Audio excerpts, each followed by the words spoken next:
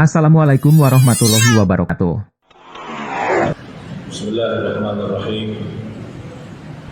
Assalamualaikum warahmatullahi wabarakatuh.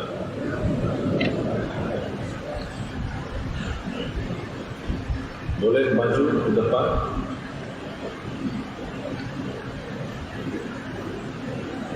Majlis Ta'lim Malaikat Senang Rahat.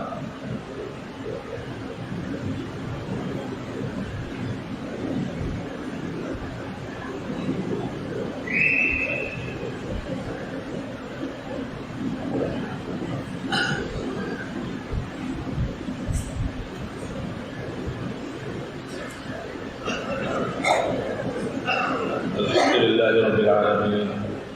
Wa asyhadu an la ilaha illallah wahdahu la syarika lahu waliyus salihin.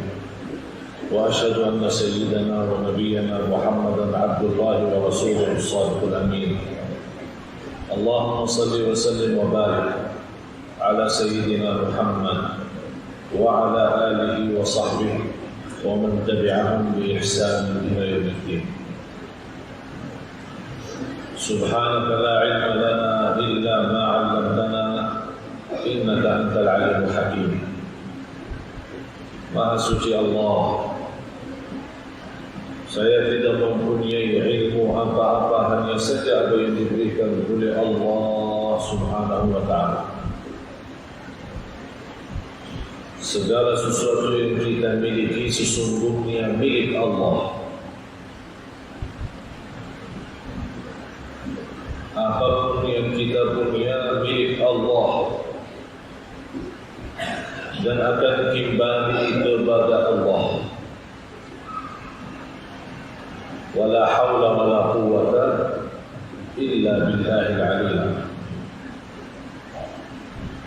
Para hadirin muslimin muslimat, mukminin mukminat yang sama-sama dimuliakan dan diberkahi Allah Subhanahu wa ta'ala.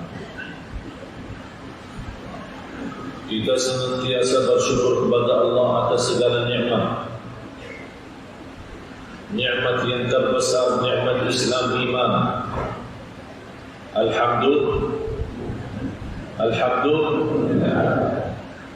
Alhamdulillah. Nikmat Islam iman, nikmat yang terbesar yang kita miliki. Dan kita melihat bagaimana kemanusiaan melarikan dan menjauhkan dirinya dari Allah dan dari agama Allah. Dan manusia tidak boleh ada pilihan. Pasti ada satu masa semua manusia kembali kepada aturan Allah, kembali kepada agama Allah yang telah diridhai. Al-yawma akmaltu lakum dinakum wa atmamtu alaikum ni'mati wa raditu lakum al-Islam dinan. Yang sama-sama kita selalu berdoa membawa satu zikir yang disunnahkan oleh Nabi kita Nabi Muhammad sallallahu alaihi wasallam setiap pagi dan setiap petang. Disunnahkan dibacakan 3 kali, dan hasil doa kita ini akan Allah membalas ridhanya. Sebagaimana bersabda Rasulullah sallallahu alaihi wasallam, barang siapa yang membaca zikir ini akan mendapatkan ridha Allah Subhanahu wa ta'ala.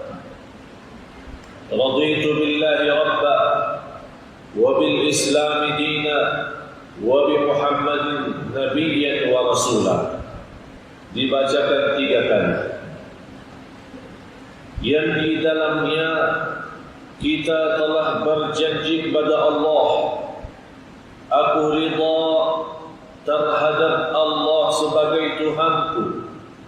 Ini mesti membuktikan Rabb kita, Tuhan kita adalah Allah. Jadi tidak boleh ada di dalam diri kita dan di dalam hati kita iman kepada selain Allah. Ini hakikatnya la ilaha illallah. Saat Rasulullah sallallahu alaihi wasallam mendakwahkan Abu Jahal untuk berkata la ilaha illallah, kalimah yang benar, kalimah yang agung, kalimah yang suci, kalimah ikhlas. Beliau tidak mau mengucapkan karena Abu Jahal memahami kalau saya berkata la ilaha illallah, mesti saya siap mengikuti segala perintah la ilaha illallah. Itu yang belum Abu Jahal siap, belum bersedia untuk, karena dia tahu apa kewajibannya terhadap la ilaha illallah. Tapi kita lihat umat Islam sekarang ribuan kali mengucapkan la ilaha illallah, tapi perbuatannya melawan kalimat la ilaha illallah. Ribuan kali membacakan tahlil, tapi tidak memakmurkan masjid apalagi salat subuh. Ribuan kali membacakan tahlil, tapi tidak menjadi orang yang jujur dalam usaha dan dalam kerjaan. Ribuan kali mengucapkan tahlil, tapi tidak menjaga kehormatan rumah tangga. Ribuan kali mengucapkan tahlil, tapi tidak memberikan perhatian sepenuhnya kepada keturunan kita, supaya anak dan cucu kita menjadi anak saleh-salehah. Ini mesti kita memfikirkan ucapan ini, berarti kita berjanji kepada Allah, ada janji. Faham janji? Kalau kita ingkari janji sama manusia, boleh dihukum. Kalau kita langgar satu perjanjian sama negara, kena masalah. Apalagi kita mengingkari perjanjian sama Allah. Raditu billahi rabba, aku ridha terhadap Allah sebagai Tuhanku. Artinya kalau kita berkata aku ridha terhadap Allah, apapun yang datang dari Allah, kita selalu menjadi orang yang ikhlas dan bersedia mengikuti perintahnya. Sami'na wa ata'na. Raditu billahi rabba. Allah Maha Pencipta, Allah Maha Kaya, Allah Maha segala-galanya. Saat kita sakit, memohon kepada Allah. Saat kita minta rezeki, meminta kepada Allah. Saat kita lagi susah, lari kepada Allah, karena kita yakin tidak ada Tuhan selain Allah yang boleh bantu dan memberikan pertolongan. Itu mesti terwujud dalam kehidupan kita. Meyakini bismillah tawakkaltu ala Allah, dengan nama Allah aku mulai menjalankan aktivitas dan bertawakal, berserah diri lahir dan batin.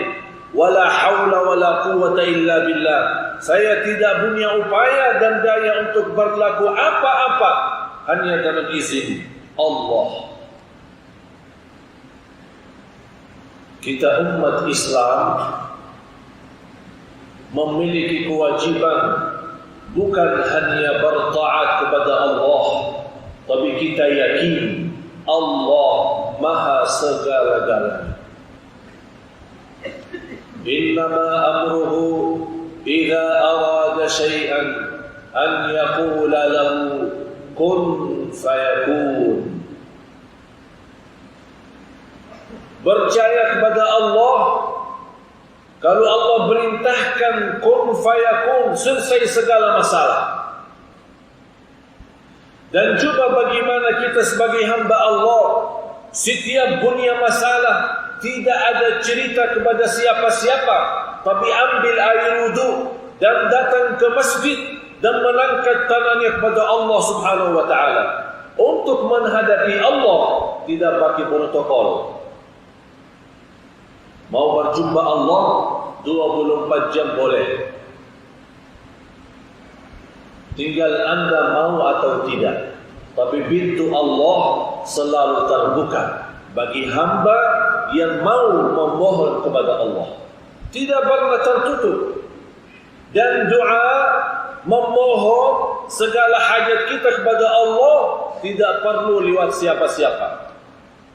Tidak perlu minta tolong bukakan pintu. Anda boleh buka pintu sendiri.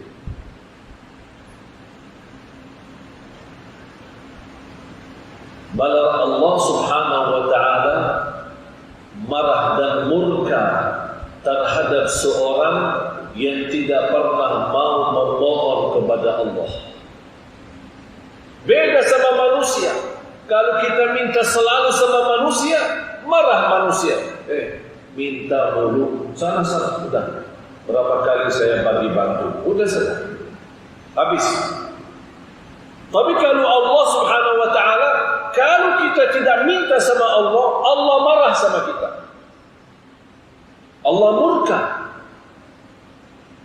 Jadi mesti kita orang-orang yang senantiasa meyakinkan kita di dunia ini diciptakan untuk mempenuhi kewajiban kita kepada Allah.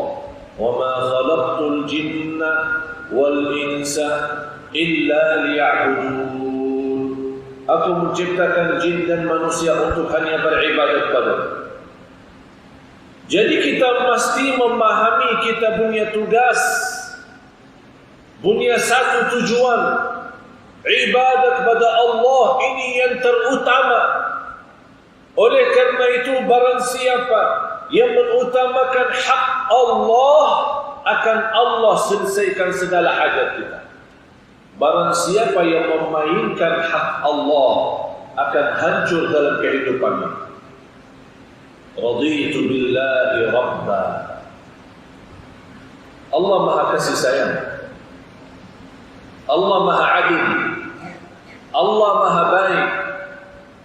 Allah, kata Rasulullah sallallahu alaihi wasallam, Allah lebih kasih sayang kepada hamba daripada ibu kepada anaknya.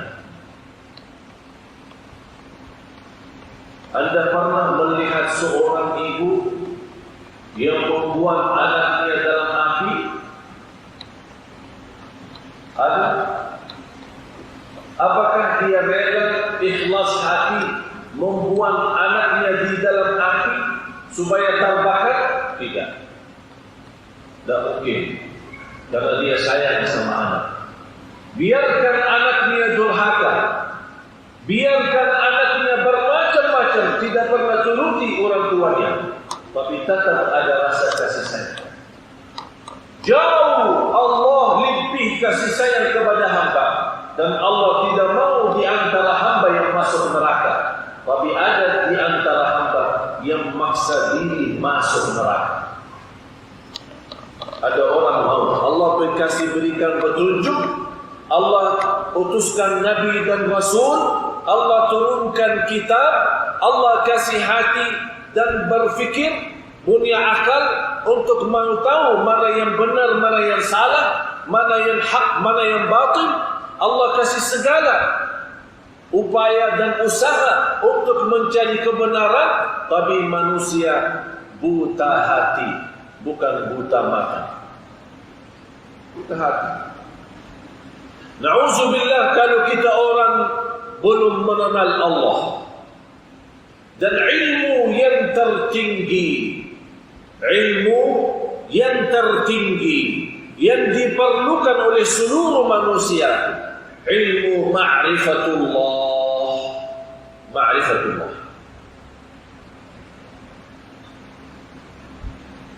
Kalau kita ma'rifatullah dengan sebenar-benarnya, banyak hal boleh berubah.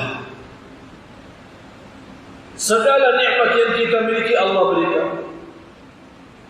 Nikmat sehat walafiat, nikmat langka, boleh datang kemari duduk di masjid. Berapa ribu orang yang rumahnya di samping masjid, dekat masjid, tapi tidak pernah mau masuk dalam masjid. Na'udzubillah.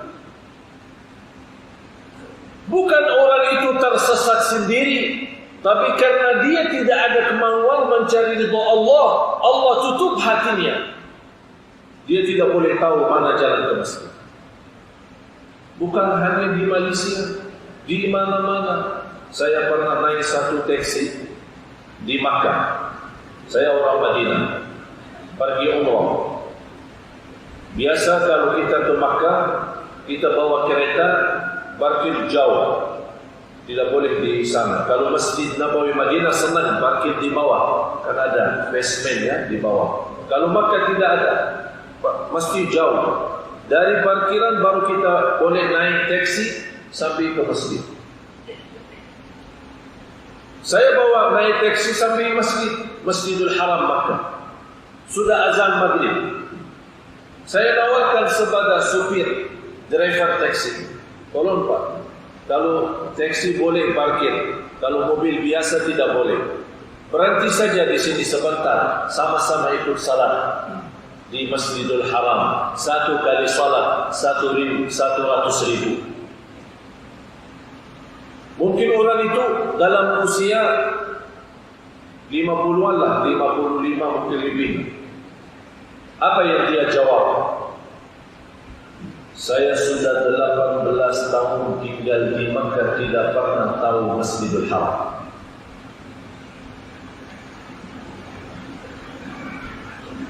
Belas tahun di Makkah, tidak pernah tahu Masjidul Haram.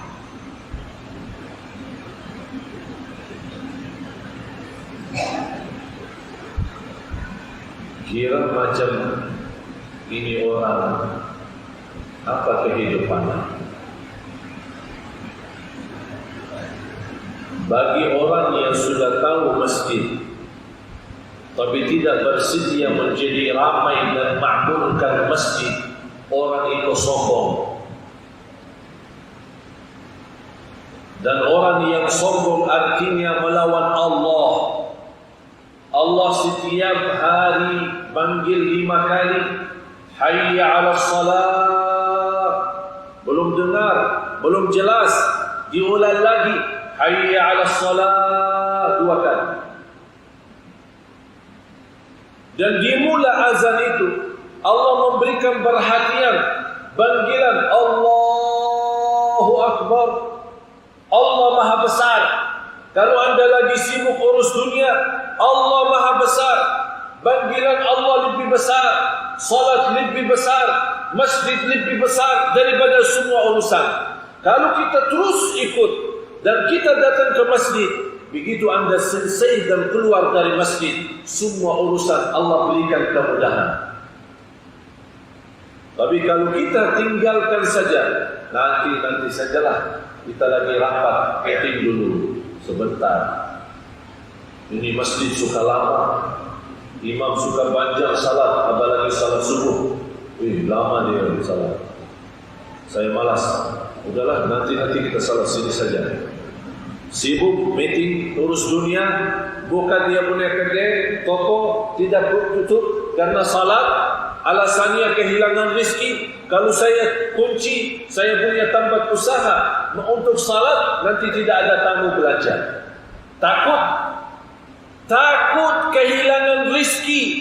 Padahal kunci rezeki salat. Bukan karena kita buka dunia usaha, kunci rezeki salat. Dan orang yang senantiasa menerima panggilan Allah, dan selalu yang terutama adalah panggilan Allah, dan selalu dia bersedia datang ke rumah Allah, nanti ada satu saat Allah jemput ke rumahnya yang terbesar, haji. Nanti Allah panggil haji. Biasakan diri makmurkan masjid dan rumah Allah di mana-mana. Kan rumah Allah di mana-mana. Banyak masjid surau. Anda makmurkan. Nanti Allah jemput nanti di rumahnya yang terbesar sedunia, Masjidul Haram, naik haji. Biarkan susah, tidak punya dana, tidak punya rezeki untuk membawakan haji. Tapi karena anda memakmurkan rumah Allah di mana-mana, akan Allah sendiri jemput ke rumah yang terbesar, Masjidul Haram. Ini semua urusan Allah. Haji pun urusan Allah. punya kekayaan, tapi Allah belum izinkan dia boleh pergi. Tapi ada orang susah, malah dia Allah panggil ke sana. Saya ada satu cerita supaya kita tahu bagaimana Allah Maha baik sama kita. Ada seorang dari Mesir. Orang itu masih ada, masih hidup. 70 tahun dia punya cita-cita untuk datang ke Masjidil Haram naik haji. Orangnya miskin, susah, tapi selalu memakmurkan masjid Allah di mana-mana. Ada satu saat dapat hadiah panggilan haji. Orangnya orang buta. Dia bawakan anaknya sampai ke Masjidil Haram, sampai Makkah. Begitu sampai kawasan masjid, dia berkata sama anaknya, di mana arah Ka'bah? Arah Ka'bah mana? Diberitahu sama anak, arah Ka'bah terus saja, itu Ka'bah. Masih dia berdiri di atas tangga, mau turun. Dia orang buta, tidak boleh lihat, tidak boleh nampak. Dia berkata sama anaknya, biarkan saja, saya mau jalan sendiri. Ini naik tangga, mau turun. Kata anaknya, ayah, macam mana mau jalan? Nanti takut jatuh. Saya ada urusan sama Allah, biarkan saja. Di saat itu dia berdiri dan mengangkat tangannya kepada Allah. Ya Allah, saya sudah sabar 70 tahun, buta, tidak boleh lihat apa-apa. Dan saya terima takdirmu ya Allah. Tapi ya Allah, aku mohon, saya sekarang di dalam kekuasaan, dalam kawasan masjidmu ya Allah. Masjid yang terbesar di bumi, masjid yang terutama di bumi, dan yang pertama di bumi. Ya Allah, aku mohon, berikan saya satu masa walaupun sekejap sebentar saja. Saya ingin nampak Ka'bah.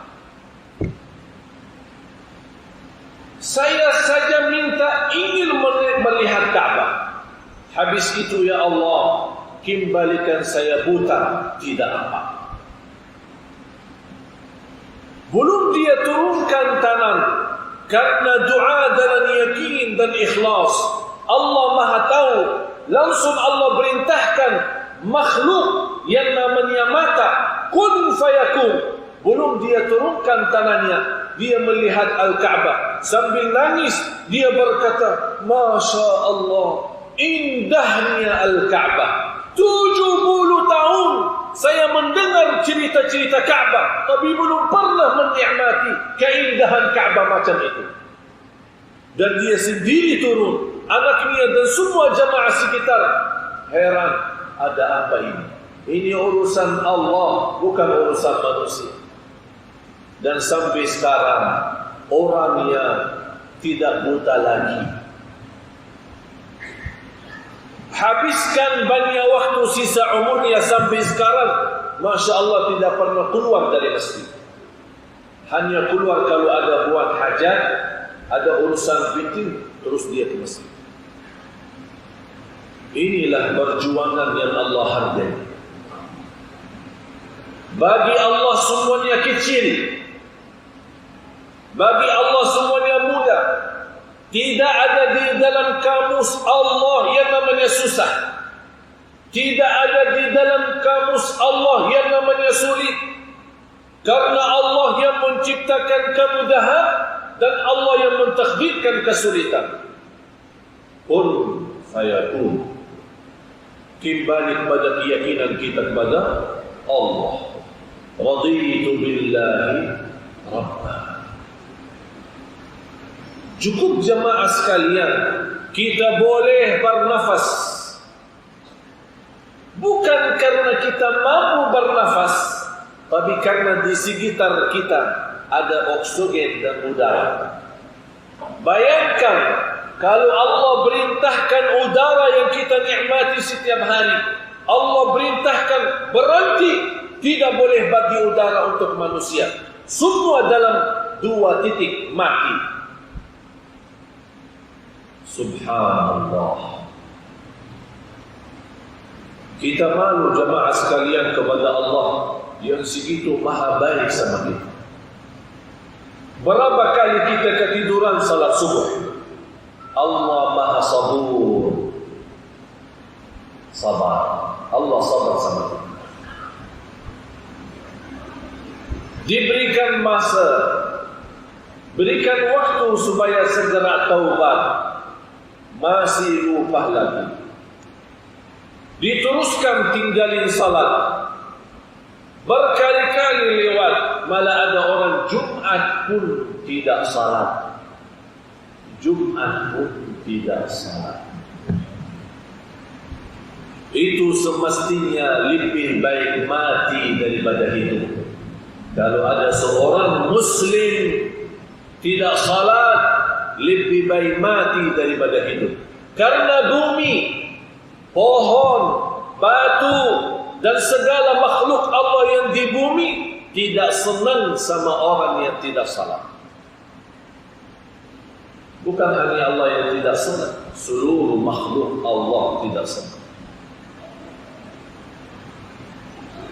Malah bumi berdoa kepada Allah saat ada orang menginjak bumi, berjalan di atas muka bumi, tapi orang itu tidak salat. Kata bumi, ya Allah, habis dan hancurkan dia. Saya tidak mau orang itu menginjak saya di atas bumi. Bumi mendoakan, doa hancur. Tapi tetap Allah sabur. Salah satu nama Allah As-Sabur, Maha Sabar. Berikan masa. Kesian hambaku, dia belum tahu. Sampai dia sadar. Dia belum sadar, Allah kirimkan ujian dan cubaan. Sampai ada satu saat dia angkat tangan, ya Allah, sudah saya tidak kuat lagi menahan menghadapi cubaan dan ujian. Segala sesuatu yang kita takuti, kalau kita takut makhluk, apa yang kita berbuat? Melarikan diri dari makhluk tersebut. Kalau ada orang zalim, orang jahat, ya, orang preman, mau menghancur, mau bunuh kita, mau ambil harta kita, apa yang kita usahakan? Kita jauh. Tidak boleh mendekati, karena ini orang jahat, orang zalim. Kalau kita takut satu binatang yang bahaya, kita tidak boleh datang dekat binatang itu, karena bahaya. Kita takut, kita larikan diri, menjauh supaya kita selamat. Tapi kalau Allah, kalau kita takut sama Allah, mau kemana? Kalau kita takut kepada Allah, mau kemana? Lari kemana? Lari kepada Allah. Semua makhluk yang kita takuti, kita jauh. Kecuali Allah, kita takut kepada Allah, malah kita berusaha mendekatkan diri kepada Allah. Mencari apa? Mencari aman. Yang membuat kita takut kepada Allah, lari kepada Allah, karena kita ingin mendapatkan aman dari Allah.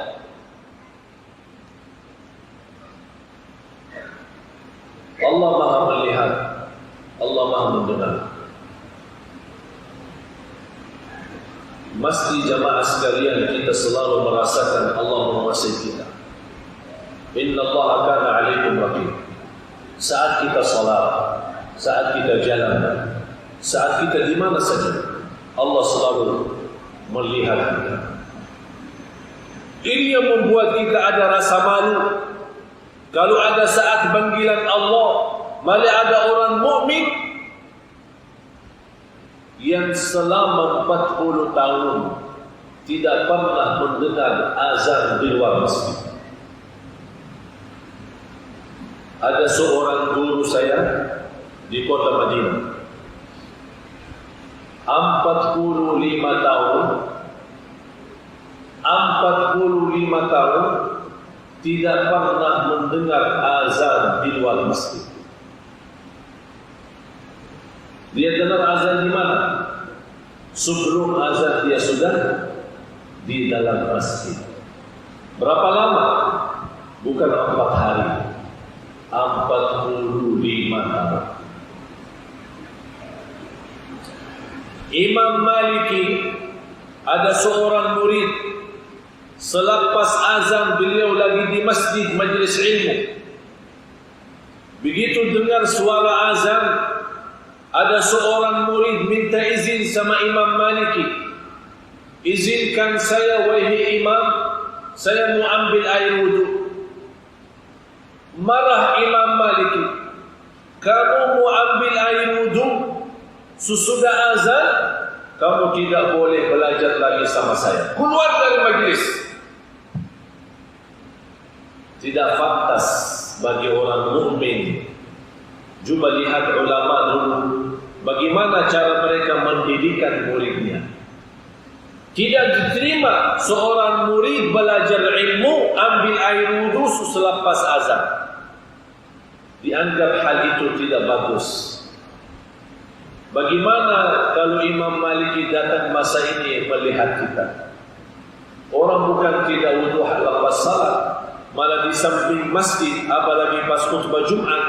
Yang saya heran melihat banyak orang duduk di luar, malas dia ikut mendengar khutbah, sambil dia rokok dan ngobrol sama kawan-kawannya, berjakap-jakap. Begitu dia mendengar ikamat habis lepas khutbah, baru dia masuk. Dia ingin apa manusia macam itu?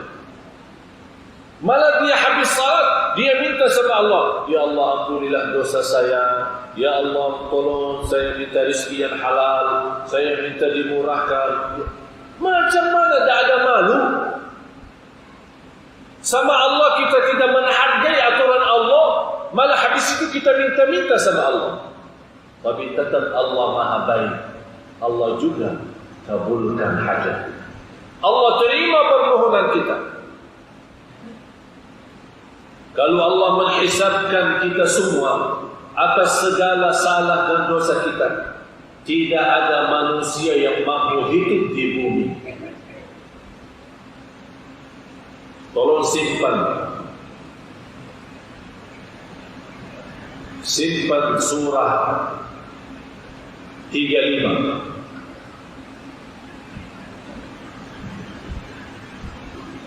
Ayat 45. Surah 35 ayat 45. Saya minta kepada tuan-tuan, puan-puan, kalau nanti pulang ke rumah, buka Al-Quran dan lihat bagaimana Allah Maha kasih sayang sama kita. Surah 35 ayat 45. Saya tidak akan bacakan terjemahan, tapi ini menjadi tugas anda semua. Pulang ke rumah, buka Al-Quran, belajar sendiri apa yang kita mesti memahami dan ambil hikmah daripada ayat. Jamaah sekalian, muslimin muslimat yang dimuliakan Allah Subhanahu wa taala. Masjid di dalam ajaran Islam, di dalam agama Islam, menjadi salah satu budiman dalam kehidupan kita seorang muslim muslimah. Masjid di zaman Rasulullah, di masa Rasulullah sallallahu alaihi wasallam, masjid menjadi tempat masywarah, masjid menjadi majlis ilmu, masjid menjadi majlis akad nikah, masjid menjadi tempat rapat, masjid menjadi tempat silaturahim, masjid menjadi tempat berjumpa dengan tamu dari luar. Masjid bukan hanya untuk menjadi tempat salat, tapi masjid menjadi untuk umat Islam segala urusan kita lewat masjid. Oleh karena itu, orang-orang yang senantiasa mendirikan salat dan menjaga, menghargai masjid, Allah nanti di hari kemudian, di hari kiamat memberikan penghargaan di hadapan miliaran manusia. Dan salah satu sifat orang muttaqin, bukan hanya mereka kerjakan salat, tapi mereka mendirikan salat dan mereka menjaga salat dengan rasa cinta kepada Allah, dengan rasa bangga dia bersujud kepada Allah. A'udzu billahi minasy syaithanir rajim. Bismillahirrahmanirrahim. Alif Lam Mim.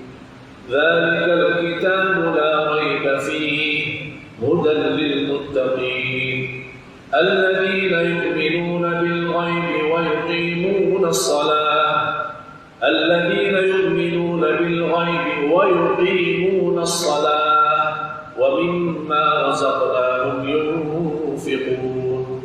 Sifat orang muttaqin yang mereka senantiasa mendirikan salat, memberikan perhatian sepenuhnya salat.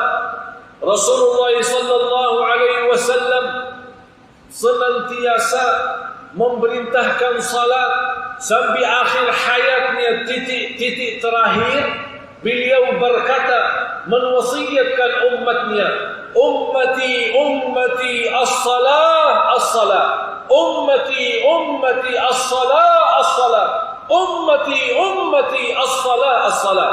Masih senantiasa sayang sama kita sampai dia menghadapi sakratul maut, masih mengingatkan umatnya dan memberikan amalan yang terbaik adalah menjaga salat.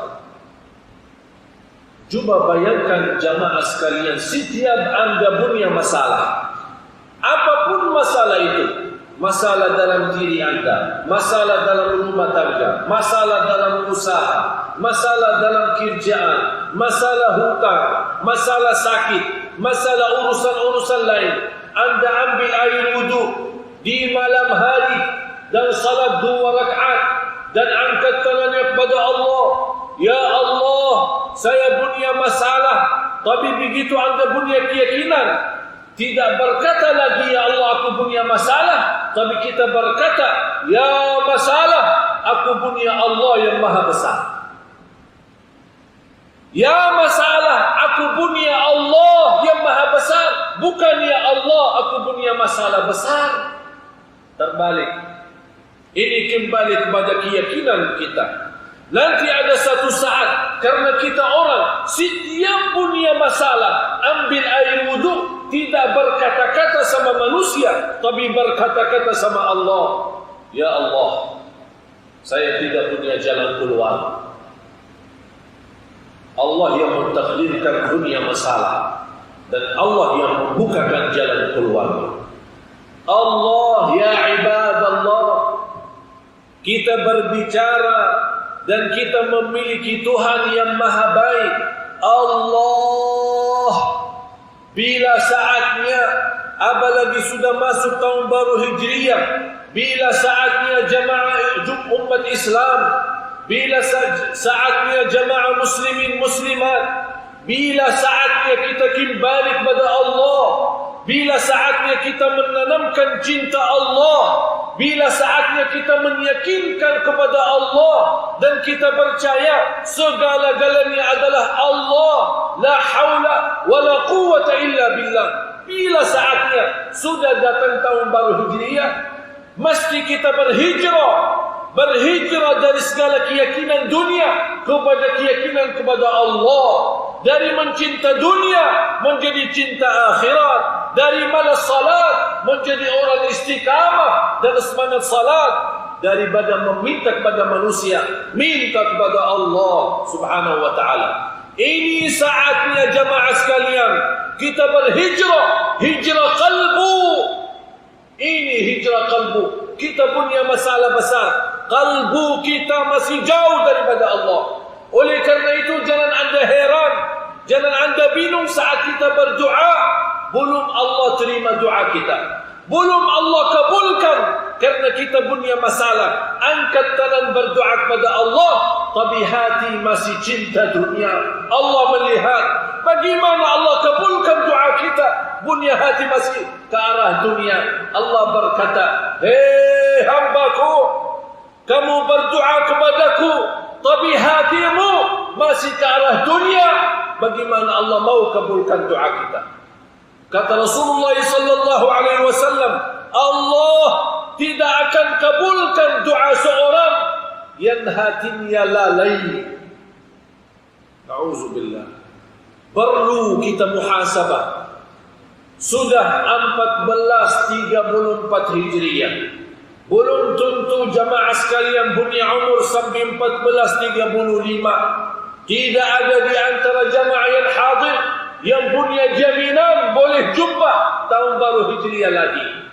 Oleh karena itu, kalau anda sudah punya kesempatan berjumpa dalam tahun baru Hijriah, marilah sama-sama kita menjadi hamba Allah yang lebih baik. Lebih baik salat, lebih baik ikhlas, lebih baik khusyuk, lebih baik sedekah, lebih baik salat malam, lebih baik silatul rahim.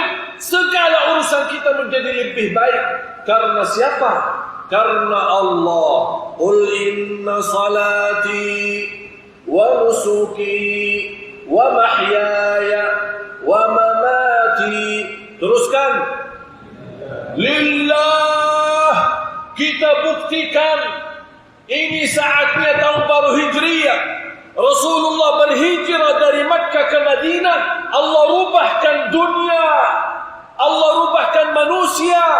Allah jadikan Madinah menjadi negara Islam.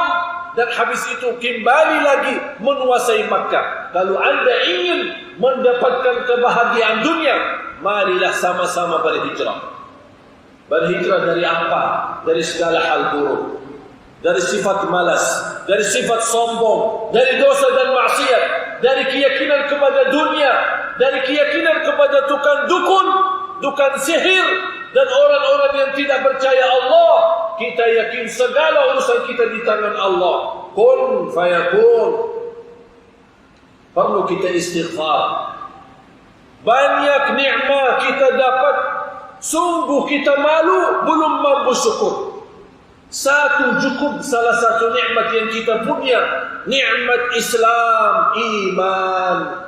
Demi Allah, kalau kita 1000 kali bersyukur terhadap nikmat Islam, iman, belum tentu balas terima kasih kepada Allah.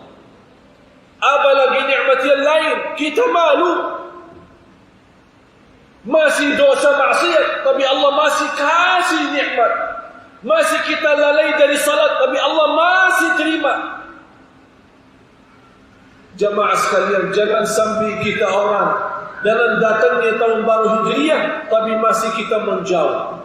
Yang semestinya kita semakin panjang umur, semakin mendekatkan diri kepada Allah.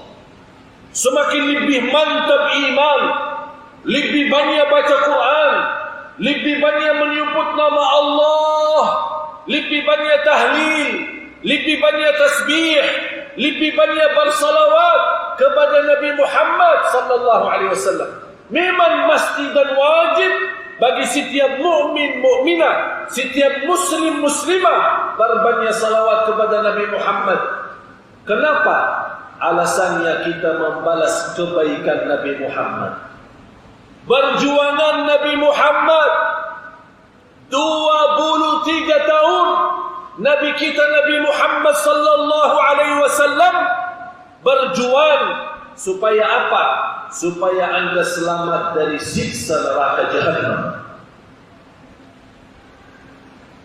Tapi karena perbuatan umat Islam, kelemahan umat Islam, perpecahan umat Islam, saling bermusuhan antara umat Islam, membuat orang musuh Islam berani mencaci maki Nabi kita, berani menghina Nabi kita, berani menjelekkan Nabi kita. Tapi mereka belum tahu Nabi kita sebenarnya. Tapi mereka mempunyai gambaran begitu Nabi Muhammad sambil buat satu film yang menyakitkan perasaan kita. Ini sebabnya adalah dosa kita, bukan dosa mereka. Kita yang duluan salah, kita yang duluan menghina Rasulullah, kita duluan yang mencaci Rasulullah, kita duluan yang menghina Quran, kita yang duluan, kita yang salah. Akhirnya mereka musuh Islam berani mensalahkan, Nabi kita. Berarti mesti jamaah sekalian kita lihat apa yang terjadi di hadapan kita. Saya selalu berfikir, mesti Rasulullah saat ini lagi sedih melihat umat Islam 2 miliar di bumi, tapi tidak boleh apa-apa. Umat Islam, coba bayangkan, jangan 2 miliar saja, separuhnya saja, 1 miliar di seluruh dunia memakmurkan masjid, apalagi salat subuh, semua masjid terisi karena Allah sendiri yang merubah sistem dunia ini. Allah yang rubah, bukan kita yang rubah. Allah akan menghina dengan berkah salat kita berjamaah, memakmurkan masjid, akan Allah menghina orang Yahudi.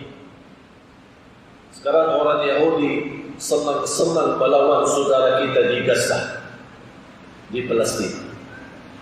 Kenapa dia berani? Dia senang, dia menghancurkan, dia tidak peduli umat Islam. Karena dia tahu umat Islam apa? Tidak punya berbuat apa-apa, hanya pandai ngomong saja. Tidak ada perbuatan. Tidak ada guna kita keluar ramai-ramai demo untuk kita menghilangkan orang Yahudi dari itu. Tidak ada guna. Yang ada guna kita sama-sama di rumah masing-masing salat malam, angkat tangan minta tolong Allah. Ya Allah, tolongkanlah saudara kami di negeri Palestina. Ya Allah, tolonglah saudara kami yang ada di Syria. Itulah kewajiban kita. Tidak ada istilah saya tidak peduli, saya banyak urusan. Kata Rasulullah, yang tidak peduli dengan urusan orang Islam, dia bukan orang Islam. Dia bukan orang Islam. Memang kita tidak boleh bantu. Apa yang kita berikan kepada saudara kita di Palestina, di Gaza saat ini, kita tidak boleh bantu. Mana kita boleh rame-rame ke sana berjihad fisabilillah? Tidak boleh. Tapi ada satu, masih kita boleh semua, dan tidak ada siapapun yang berani melarang kita. Doa. Setiap kita salat malam, setiap kita sujud, setiap kita salat di masjid, doakan mereka. Setiap khutbah Jumat, para khatib mendoakan mereka. Ini kita punya kewajiban. Kalau memang kita tidak boleh memberikan segala, paling tidak kita berdoakan. Ini menjadi kewajiban kita. Jamaah sekalian, saya mohon, saya datang kemari di sini bukan untuk berpusing-pusing di Malaysia. Saya tidak mencari jalan-jalan untuk senang-senang menghiburkan diri. Saya tinggalkan keluarga saya dari kota Madinah jauh-jauh, dan Allah memberikan taufik boleh berbahasa Melayu. Bukan saya mengambil kursus atau mengambil sekolah bahasa Melayu, tapi Allah yang menganugerahkan lisan ini boleh saya berbahasa yang anda tuan-tuan boleh fahami. Ini semua anugerah dari Allah. Marilah kita sama-sama dengan kedatangan tahun baru Hijriah, sama-sama kita buka pintu baru. Taubatan nasuha. Kembali kepada Allah, yakin kepada Allah, mohon ampun kepada Allah, perbaiki diri, perbaiki rumah tangga, perbaiki anak-anak kita. Jadikan anak kita orang yang mencintai Al-Quran, yang menghafal Al-Quran. Mesti kita juga berjuang sebagaimana orang Yahudi berjuang untuk menghancurkan Islam. Kita berjuang untuk mensibarkan keadilan Islam di bumi. Kita berjuang untuk mensibarkan rahmatan lil alamin. Semoga bermanfaat yang sudah subscribe. Semoga diberikan kesehatan dan keberkahan. Wassalamualaikum warahmatullahi wabarakatuh.